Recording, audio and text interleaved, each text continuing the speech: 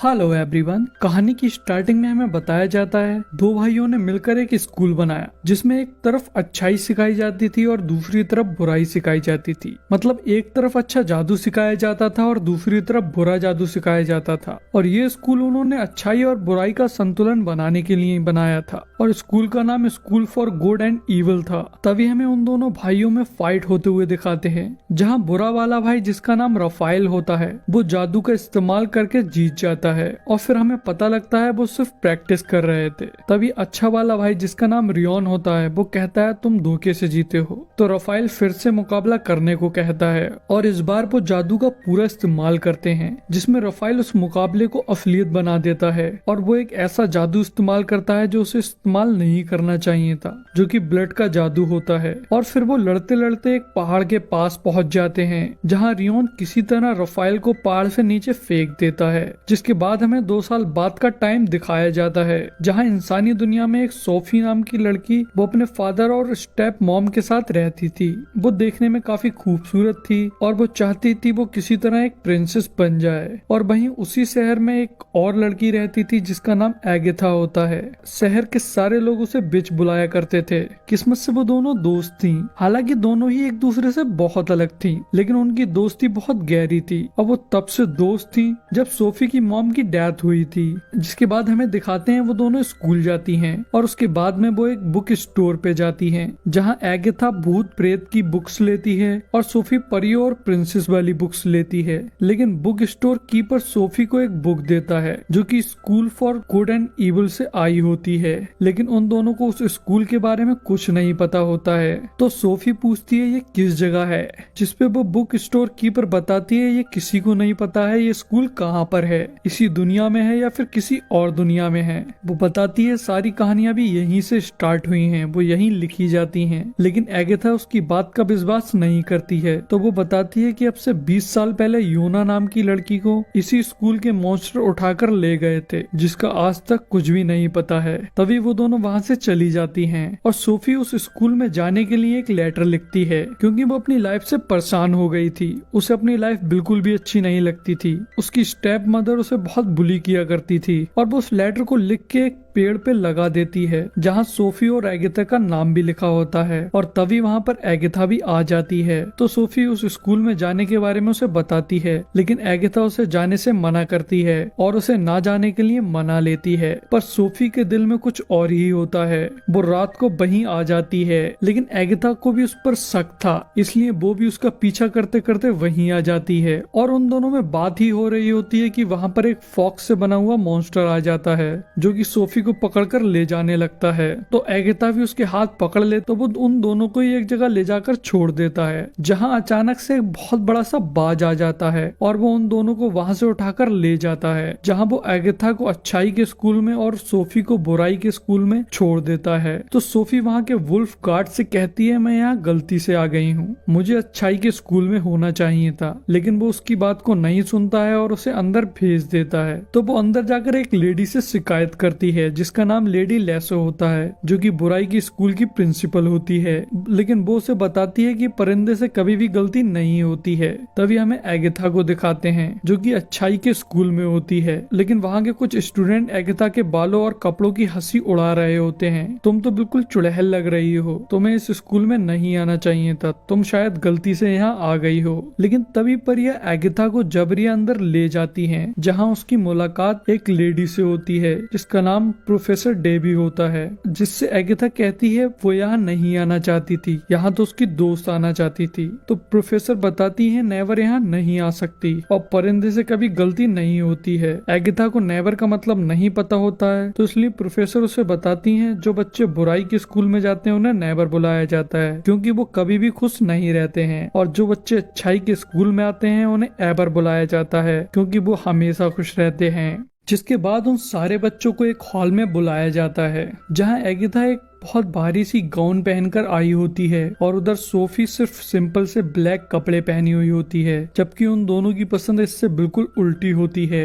पर बुराई के लोग हमेशा काले और सिंपल कपड़े पहनते हैं और अच्छाई वाले लोग फैशनेबल कपड़े पहनते हैं। तभी उसके बाद में एवर मतलब अच्छे लोग अपनी स्किल्स दिखाते हैं और उस दुनिया के अगले राजा डेट्रोस को दिखाया जाता है, तो वो भी अपनी कुछ स्किल्स दिखाता है। जिसके बाद में नेवर्स मतलब बुरे बच्चों में से एक बच्चा उसको चैलेंज कर देता है, तो उन दोनों के बीच में मुकाबला होता है। लेकिन डेट्रोस उस साइक्लोप को हरा देता है क्योंकि उसके पास में एक्सकैलिबर होती है। तभी डेट्रोस का ध्यान सोफी और एगिथा दोनों पे ही जाता है, लेकिन वो एक दूसरी लड़की के पास जाकर बैठ जाता है। तभी वहाँ पर स्कूल के हेडमास्टर रियोन आते हैं, जो कि अब काफी बूढ़े हो गए होते हैं। वो उन बच्चों से कहते हैं तुम सबको अच्छे से पढ़ना है और सारे रूल फॉलो करना है, क्योंकि जो बेस्ट स्टूडेंट होगा उसी को स्टोरियन चुनेगा। उसी की स्टोरी इंसानों की दुनिया में पहुंचाई जाएगी, जिससे वो लोग प्रेरित होकर अपना लक्ष्य चुन सकें। और तभी अचानक से सोफी पूछती है अगर कोई गलत स्कूल में आ गया हो तो,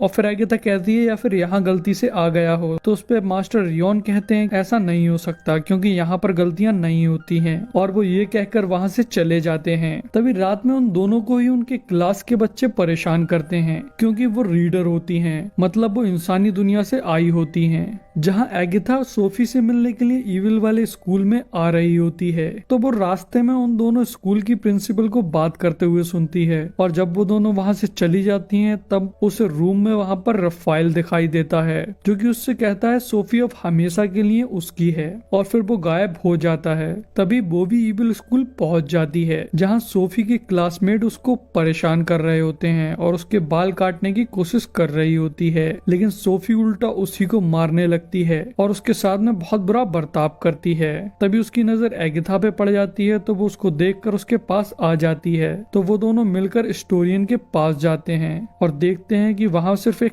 पेन और बुक होती है, जो कि अपने आप ही लिख रही होती है। तभी वहाँ पर रियोन आ जाता है और कहता है तुम्हारे अलावा यहाँ तक कोई भी नहीं आ पाया है, तुम दोनों इतनी खास हो तो यहाँ से जाना क्यों चाहती हो। तो उस पे सोफी कहती है ये जाना चाहती है, मैं नहीं जाना चाहती हूँ, बस मुझे तो गलत स्कूल में भेज दिया गया है। हालांकि एगिथा खुद को और सोफी दोनों को ही वापस ले जाना चाहती थी, पर सोफी उसे समझाती है कि उसे वो लाइफ बिल्कुल भी पसंद नहीं है। पर एगिथा को रियोन पे विश्वास नहीं होता है, तो वो उनसे पूछती है कि स्नो वाइट और सारी कहानियां जो उन्होंने पढ़ी हैं वो सब सच्ची हैं। जिस पे रियोन उन्हें बताता है तुमने जितनी भी कहानी पढ़ी हैं, जैसे सिंदबाद, सिंड्रेला, स्नो वाइट और जितनी भी, वो सारी कहानियां नहीं सच्चाई है, उसमें से सारे लोग इस स्कूल के स्टूडेंट रह चुके हैं। और फिर वो सोफी से कहता है अगर तुम बुरी नहीं हो और तुम्हें अच्छाई के स्कूल में जाना है। वो उससे कहता है बुराई जो चीज कभी हासिल नहीं कर सकती, उस चीज को हासिल करके दिखाओ और साबित कर दो मुझसे गलती हुई। तो सोफी कहती है मेरे पास सब कुछ है, अच्छे बाल हैं, मैं सुंदर हूँ, यही सारी चीजें चाहिए होती हैं अच्छाई के स्कूल में जाने के लिए। लेकिन एगिथा उसे समझाती है कि वो ये सारी चीजें नहीं है, वो एक्चुअल में सच्चा प्यार है।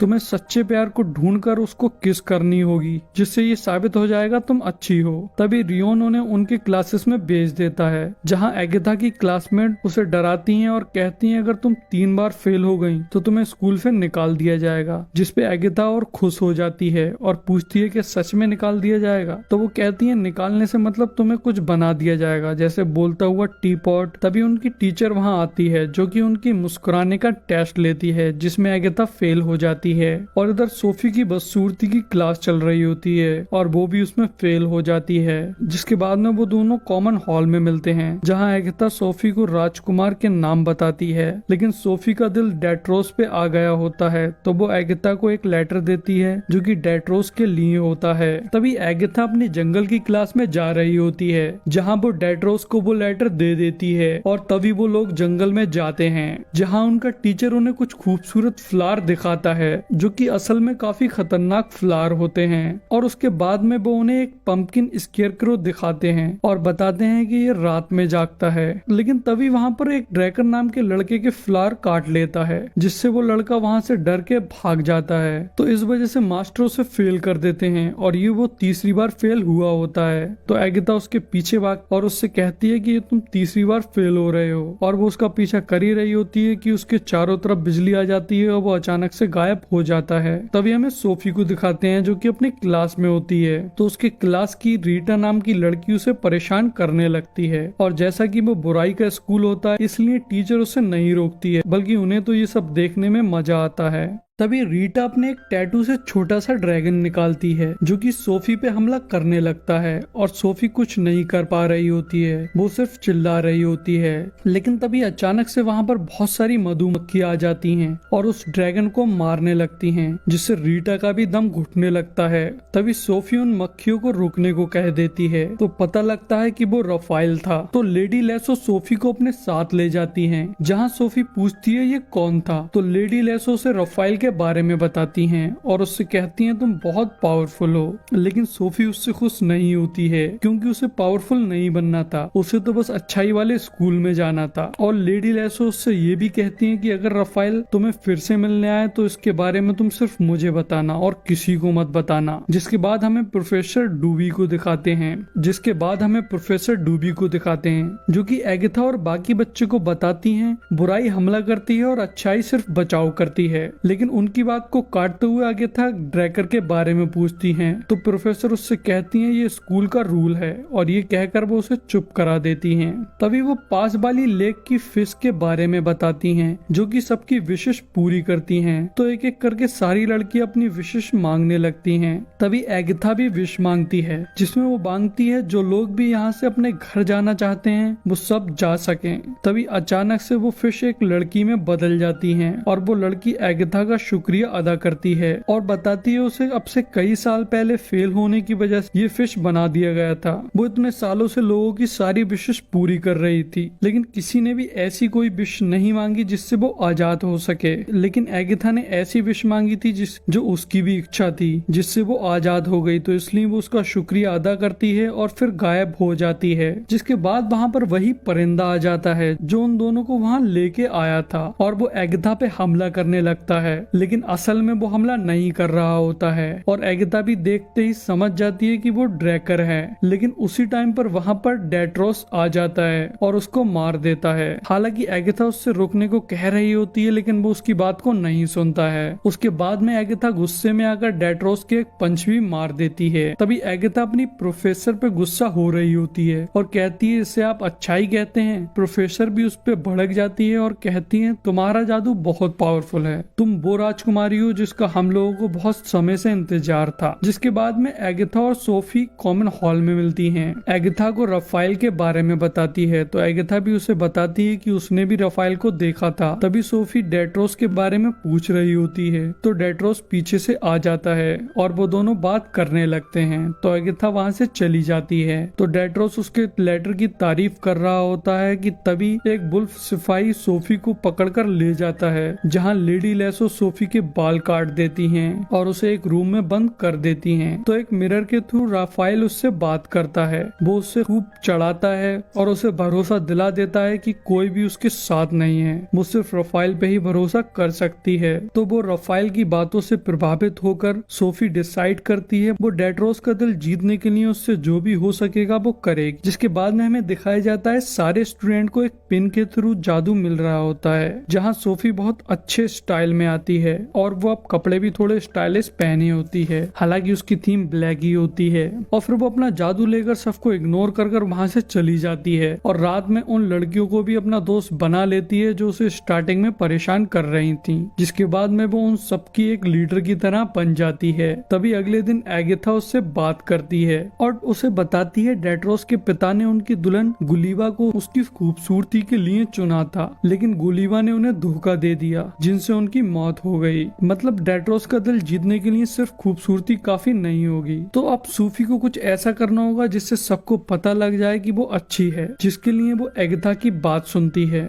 और डेट्रोस के पास जाती है जो कि एरोस की प्रैक्टिस कर रहा होता है। तो सूफी भी निशाना लगाने लगती है, लेकिन डेट्रोस उसे बताता है कि बुराई के स्टूडेंट कभी भी सही निशाना नहीं लगा सकते। जिसके बाद सूफी एरो शूट करती है और उसका निशाना बिल्कुल सही होता है। तो ये देखकर डेट्रोस बहुत बहुत हैरान हो जाता है, जबकि असल में वो एरो सही निशाने पर एगाथा के जादू की वजह से लगी थी। लेकिन डेट्रोस तो सोफी से इम्प्रेस हो ही जाता है, तो वो लोग साथ में रहने लगते हैं और डेट्रोस सोफी को अपनी रानी बनाने के लिए पूछ लेता है। लेकिन ये बात किसी को भी पसंद नहीं आती है। हालांकि डेट्रोस सबसे कहता है मेरी रानी चुनने का हक सिर्फ मुझे है, और एगाथा भी उन लोगों से कहती है कहानियों के हिसाब से सच्चा प्यार कभी भी अलग नहीं हो सकता। तो मास्टर रियोन कहते हैं इसका पता हम जंगल की चुनौती से लगाएंगे, जिसमें उन दोनों को रात में जंगल में अलग अलग हिस्सों में छोड़ा जाएगा और उन दोनों एक दूसरे को ढूंढना होगा। और तभी रात में उन दोनों को जंगल के अलग अलग हिस्से में छोड़ दिया जाता है। लेकिन सोफी को जंगल के बारे में कुछ भी नहीं पता होता है और वो उन खूबसूरत फ्लावर के पास में पहुंच जाती है जो कि उसके काटने लगते हैं। तो वो उनसे बचकर वहां से भागती है और फिर उसके बाद में वो पंपकिन स्केयर क्रो के पास पहुंच जाती है जो कि अब रात में जिंदा होता है और उस पर हमला करने लगता है।